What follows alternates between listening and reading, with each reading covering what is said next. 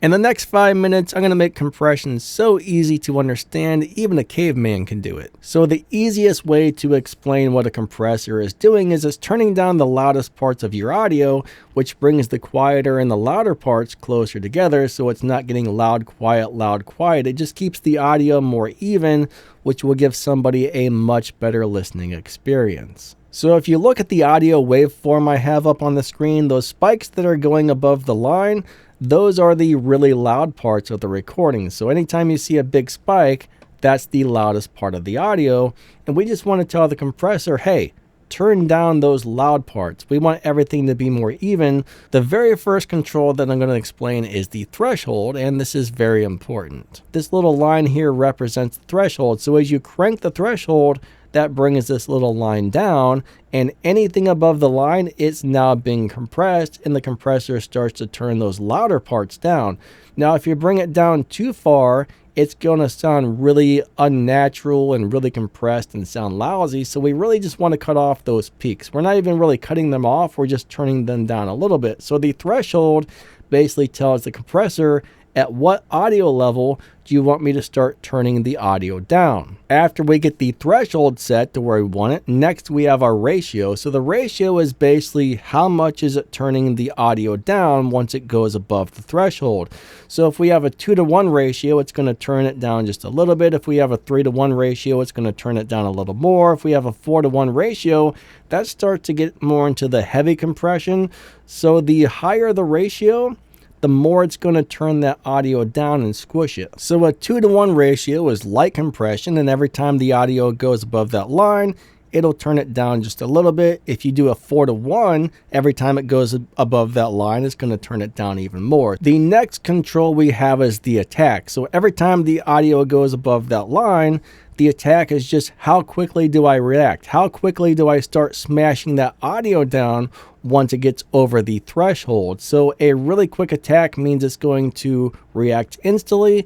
A slow attack means it's going to take a second before it starts to squish it down. The attack is basically just how quickly do I start compressing once the audio gets too loud? And that's really about all there is to it. Now, when it comes to the release control, that's basically after I compress it, do I hold on to that compression or do I let go of it and let it go back up instantly? So it's basically just how quickly do I let go of that compression once I turn it down? So a really fast release will just simply compress, let go, to where if you have a slow release, it's going to compress. It might hold on to it for a second and then let it come back up. Now, there's often one more control called a knee, which will kind of make the compression go in gradually. I'm not really going to get into the knee controls today, but adding a little bit of a knee just kind of gradually eases the compression in, which can make it sound a little bit more natural. And most of the time, you're not going to need to adjust the knee, but that is something you can play around with if you would like.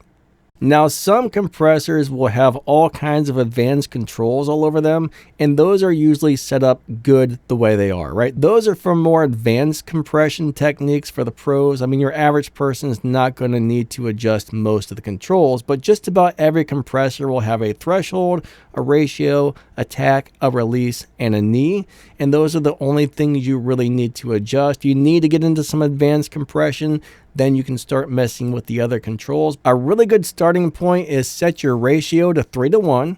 Put your attack on about 10 milliseconds and your release on about 100 milliseconds, and then adjust the threshold till you see your compressor is compressing just a little bit, and then you can always adjust it from there. Most compressors will have a little dial that kicks or a little bar or something that lets you know how many decibels of compression you're getting. Generally, I like to start out with about 2 to 3 decibels of compression. When you're getting 2 to 3 decibels of compression on average, that's going to be good for most things. And then if there's a louder peak, you might see it compress even more, but you don't want to over compress and squish something too much and make it sound dead. So just be careful with how much you're actually compressing. You really only want to compress the louder peaks a lot and everything else just by a little bit. So your threshold is at what point does it start to turn the audio down. The ratio is how much are we going to turn the audio down. The attack is how quickly are we going to turn it down. And the release is how long do we hold on to it before we let it go back to normal volume. So that's really about all there is to it. Very simple, very easy stuff. Hope you enjoyed the video. Don't forget to like and subscribe.